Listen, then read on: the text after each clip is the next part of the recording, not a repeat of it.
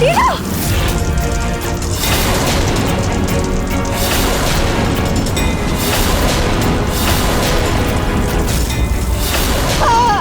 মা! মা!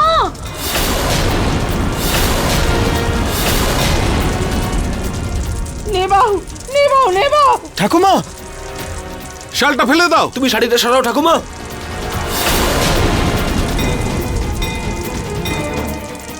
কেউ কিছু করো, জল নিয়ে এসো, জল। জল নিয়ে এসো।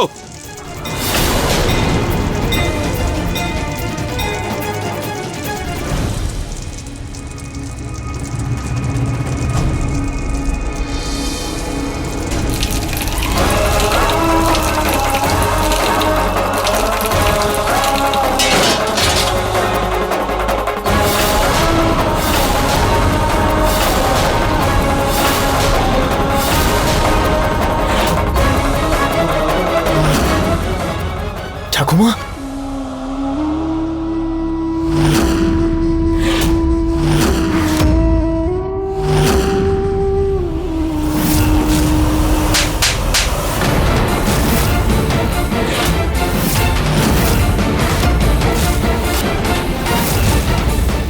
যখন আগুন ধরেছিল বলতে পারোনি যে আগুন লেগেছে? চুপচাপ দাঁড়িয়ে দাঁড়িয়ে মজা দেখছিলে। এখন চোখের জলই ফেলবে না বলবে যে চুপ করেছিলে কেন? চেঁচাওনি কেন তুমি? কমলি, মা কিছু জিজ্ঞেস করছেন, উত্তর দাও। তুমি কেন কিছু বললে না? আর এই আগুনটা লাগলো কিভাবে? আরে কিছু বলো, জিভ নেই নাকি তোমার? কথা বলতে পারো না? বোবা তুমি, হ্যাঁ?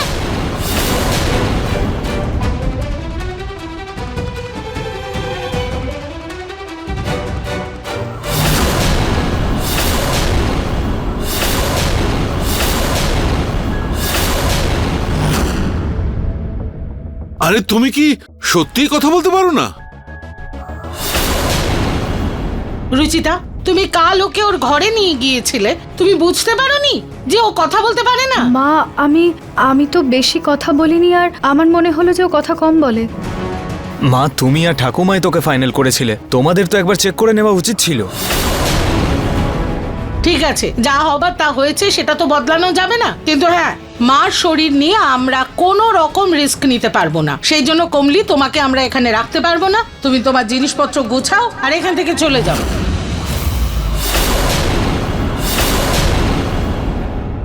এই বাড়ি থেকে বের করে দিলে আমার উদ্দেশ্য কি করে সফল হবে? যা কিছু হয়ে যাক, আমি এখান থেকে আর যাব না। মা কিন্তু কিন্তু কি, যদি মার কিছু হয়ে যায় তার দায়িত্ব কে নেবে? তুমি?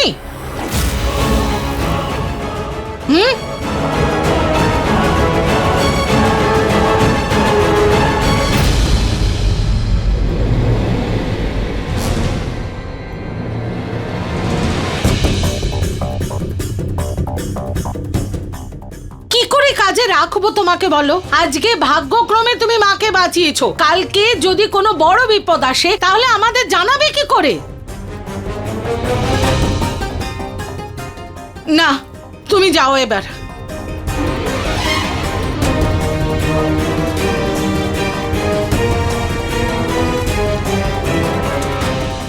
বৌমা ছেড়ে দাও না, ও কথা বলতে পারে না, তবু দুবার আমার প্রাণ বাঁচিয়েছে, ওকে আর একটা সুযোগ দিয়েই দাও।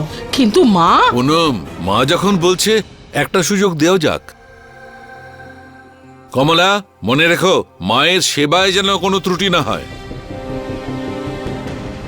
চলো ওঠো। কিন্তু কমলে এই আগুনটা লাগলো কিভাবে?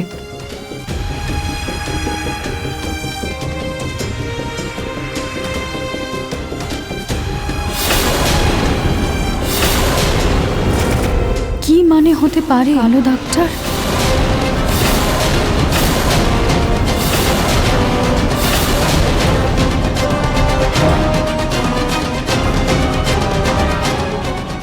তুমি এটা বলতে চাইছো যে দিদার দিকে কেউ এই প্রদীপটা ফেলে দিয়েছে? ওই মেয়েটার সাহস তো দিন দিন বেড়েই যাচ্ছে, বাড়িতে ঢুকেছে, কিন্তু আমি এটা বুঝতে পারছি না যে ও ঠাকুমাকে কেন আক্রমণ করছে।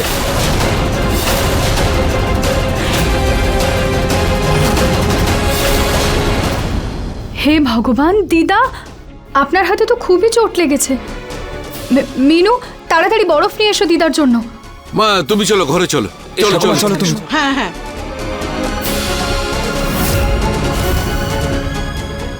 এটা তো সবে শুরু, এরপরে দেখো আরো কি কি হয়।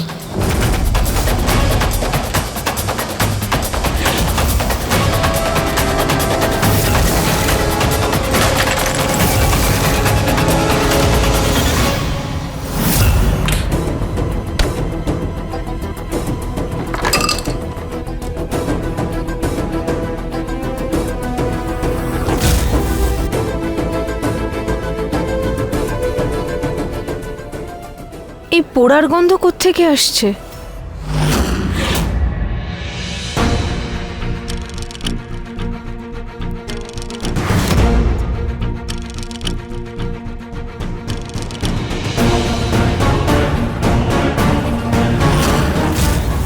অনেক কষ্ট দিয়েছো তোমরা আমায়, কিন্তু এখন তোমাদের পালা কষ্ট আর যন্ত্রণা সহ্য করার।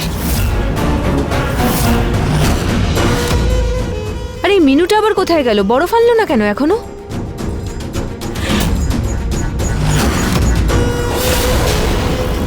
মিনু কোথায় গেল?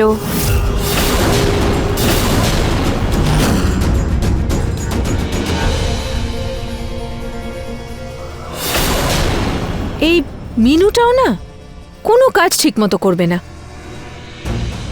আমিই নিয়ে যাই।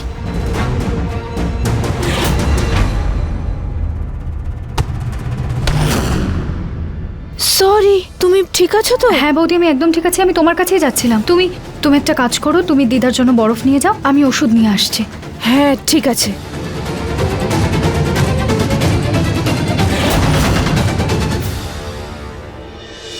কি হলো নিহার বাবু, আপনাকে চিন্তিত লাগছে কেন? রুচিতা, আমার একটা প্রজেক্টে কাজ করার ছিল, কিন্তু ঠাকুমাকে এই অবস্থায় ছাড়তেও পারছি না, বুঝতেই পারছি না কিছু।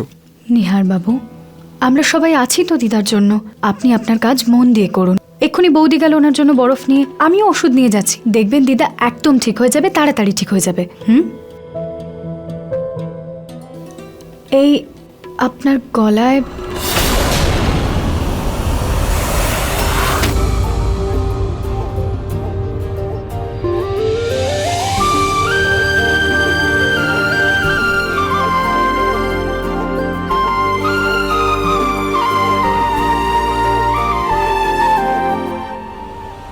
Thank you. এমনিতে এখানে ছিলটা কি যেটাতে আমি পিছলে গেলাম?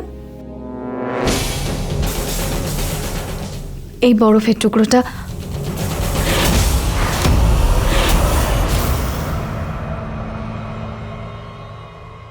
ঠাকুমা দেখান তো, খুব ব্যথা করছে তাই না? ঠাকুমা, আমি এই বরফ এনেছি, এটা লাগালে না আপনার ব্যথা একদম ঠিক হয়ে যাবে। ঠিক আছে, তাড়াতাড়ি লাগাও। এটাতে লাল লাল কি লেগে আছে? এটা তো নুন আর লঙ্কার গুঁড়ো। বৌদি বৌদি এই বরফটা দিদাকে লাগাবে বলে নিয়ে গেছে, আর নুন আর লঙ্কার গুঁড়োতে তো জ্বালা আরো বেড়ে যাবে। কি? হ্যাঁ,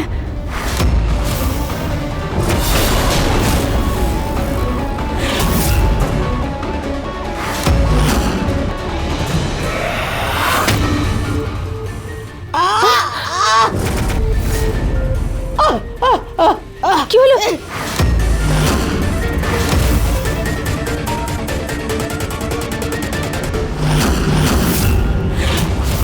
সরাও এটা। কি করছিলে কি বোকার মতন? নুন লঙ্কা মেশানো বরফ লাগিয়ে আমার জ্বালা আরো বাড়িয়ে দিলে। দেখে আনুনি ঠিক করে। দিদা, হে ভগবান। ঠাকুমা, আমি কিচ্ছু করিনি, আমি সত্যি বলছি। মা কি হলো? এটা কি লঙ্কা এই বরফ? আমি জানি না ঠাকুমা, আমি তো শুধু বরফটা এনেছিলাম, আর ওই কাপড় আর বরফ তো মিনু রেখেছিল।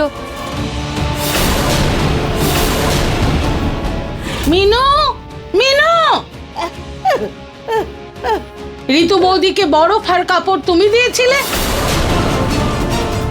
কিছু জিজ্ঞেস করছি, তুমি দিয়েছিলে? বলো না মিনু, কাপড় আর বরফ তুমিই তো আমায় দিয়েছিলে তাই না? আমি তো শুধু এটা এখানে এনেছিলাম। হ্যাঁ হ্যাঁ বৌদি। তুমি বরফে লঙ্কার গুঁড়ো দিয়েছিলে? লঙ্কা না বৌদি, আমি এমনটা করব কেন? তুমি যখন করনি তখন লঙ্কার পা বেরিয়েছে যে সোজা গিয়ে বরফের গায়ে বসেছে? বলো মিনু, কি পড়েছিল লঙ্কার উপর, কাপড় নাকি বরফ?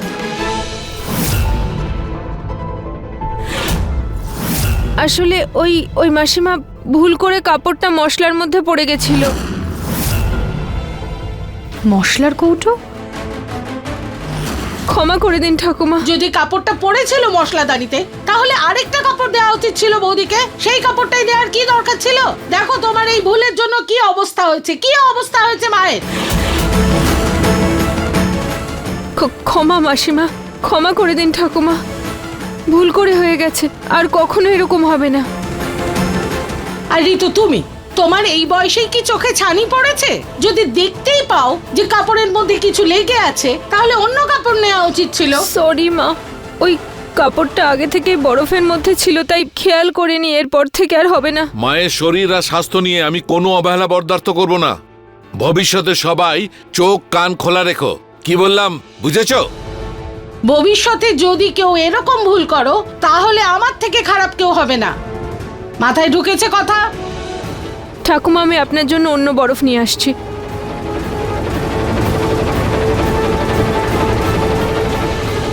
দেখাও তো মা।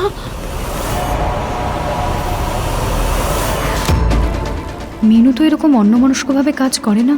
আর আর যদি মশলার কৌটোর ওপর কাপড়টা পড়েও থাকে তাহলে এতটা লঙ্কারগুলো লাগলো কিভাবে? এখানে মনে হচ্ছে অন্য কিছু আছে।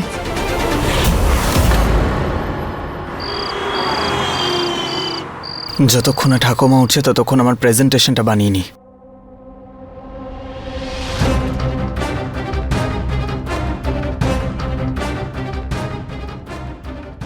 এই ল্যাপটপ অন হচ্ছে না কেন? চার্জে দিতে হবে মনে হচ্ছে।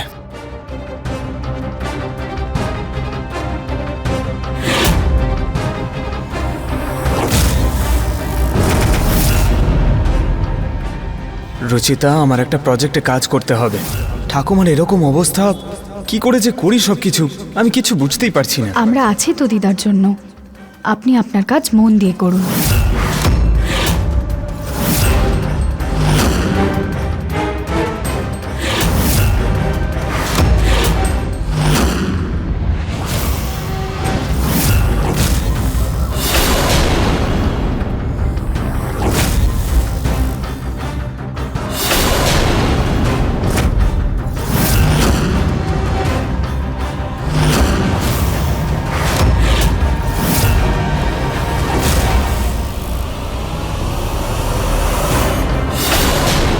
এবার ল্যাপটপ অন করলেই বুঝবে আসল মজা।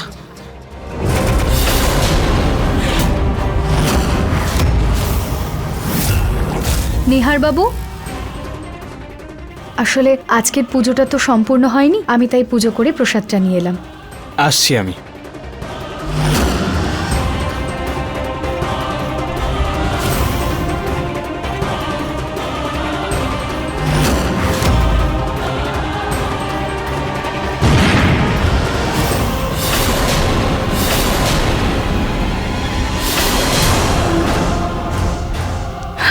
রুচিতা, তুমি ঠিক আছো তো? নিহার বাবু, আপনি ঠিক আছেন তো?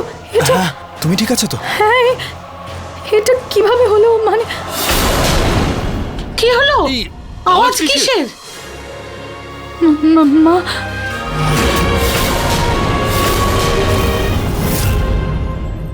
নিহার, তোর কিছু হয়নি তো? হ্যাঁ মা, সে তো রুচিতার ঠিক টাইমে চলে এসেছিল সেই জন্য, আর আমি ল্যাপটপ থেকে দূরে চলে এসেছিলাম, না হলে নিশ্চয়ই কিছু একটা হতো। নিহার বাবু, এটা ভগবানের কৃপা যে আপনার কিচ্ছু হয়নি। কিন্তু বাবাই ব্লাস্ট হলো কি করে? জানি না বাবা।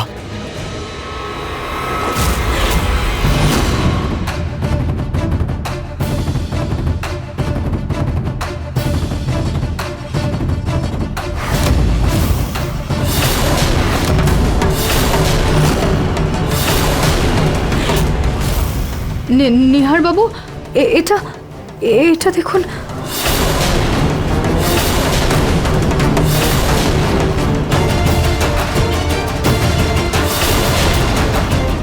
এবার আর ছোটখাটো খেলা নয়, বড় কোনো খেলা খেলতে হবে, যাতে এই রুচিতা আর ওর ভগবান দুজনে মিলেও যেন এই পরিবারকে নাম বাঁচাতে পারে।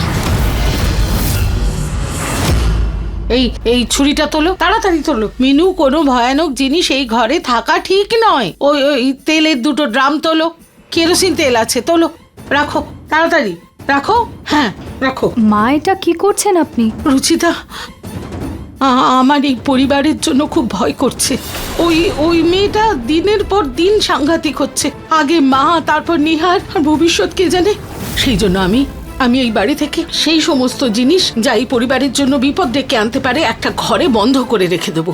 আর শুধু আমার নজরদারিতেই ওই জিনিসগুলো ব্যবহার হবে, ব্যাস। এই মেয়ে, ওখান থেকে ওটা তোলো।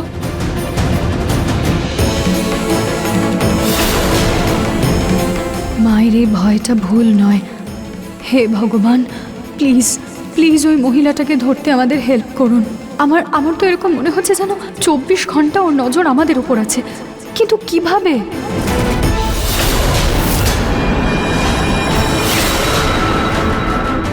যা মনে হয় তাই করো। এই বাড়িতে এবার অনেক বড় বিপদ হতে চলেছে, সেটা তোমরা কেউ আটকাতে পারবে না। আমি চেঞ্জ করে আসছি। হ্যাঁ, আজকে একটু বেশি মশা লাগছে। একটা কাজ করি, কয়েল জ্বালিয়ে দিই।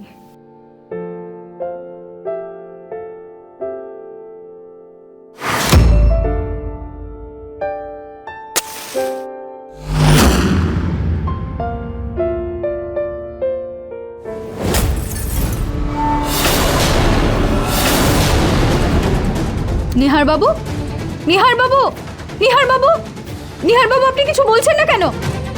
নিহার, রুচিতা, নিহার বাবু, কি হয়েছে আপনার? আপনি ঠিক আছেন তো? আমি একটা আওয়াজ শুনলাম। রুচিতা শান্ত হও। আমি একদম ঠিক আছি রুচিতা, আমার কিচ্ছু হয়নি। বাথরুমে তেলের বোতলটা পড়ে গেছিল, তাই আওয়াজ হয়েছে। তেলের?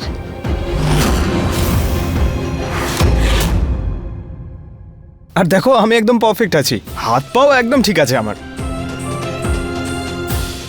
আর আমার কাছে আমার পার্সোনাল ঝাঁসির রানী রয়েছে না, সে থাকতে আমার কিছু কি করে হতে পারে? মজা করবেন না নিহার বাবু। যতক্ষণ না ওই কলসির মেয়েটাকে আমরা পেয়ে যাই, ততক্ষণ আমরা শান্তিতে বসতে পারবো না। জানি না এরপরও কি করতে চাইবে, কি করবে।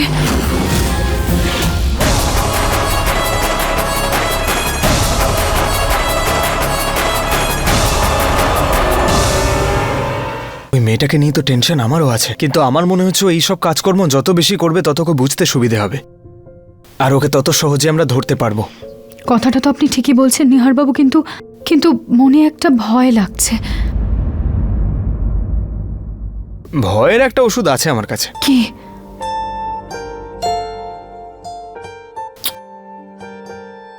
রোম্যান্স। নিহার বাবু, এত টেনশনের সময়ও আপনি কি করে রোম্যান্সের কথা ভাবতে পারেন? রুচিতা, ডক্টর বলেছে টেনশনের সব থেকে বড় ওষুধ হচ্ছে রোম্যান্স। এখন রোগী তো সবসময় ওষুধের ব্যাপারেই ভাবে, তাই না?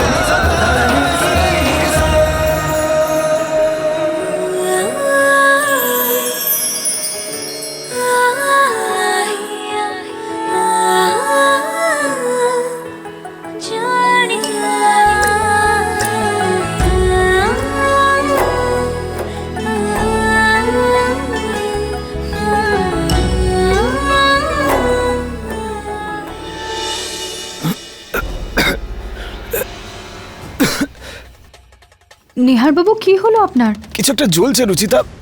পুড়ছে? হ্যাঁ আসলে মশা খুব ছিল তাই আমি কয়েল জ্বালিয়েছিলাম মশার জন্য। আমার কয়েলে অ্যালার্জি আছে। কি? আই এম সরি, আমি জানতাম না। কোনো ব্যাপার না। আপনি আপনি আপনি বসুন তো। এক সেকেন্ড।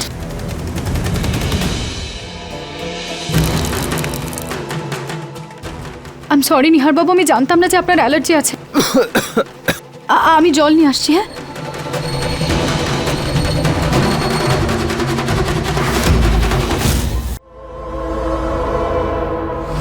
বটি, ছুরি, কাঁচি যা লুকোনোর লুকিয়ে রাখো, কিন্তু আমার পরের পদক্ষেপে যে হাতিয়ার ব্যবহার করব সেটার ব্যাপারে তোমরা ভাবতেও পারবে না।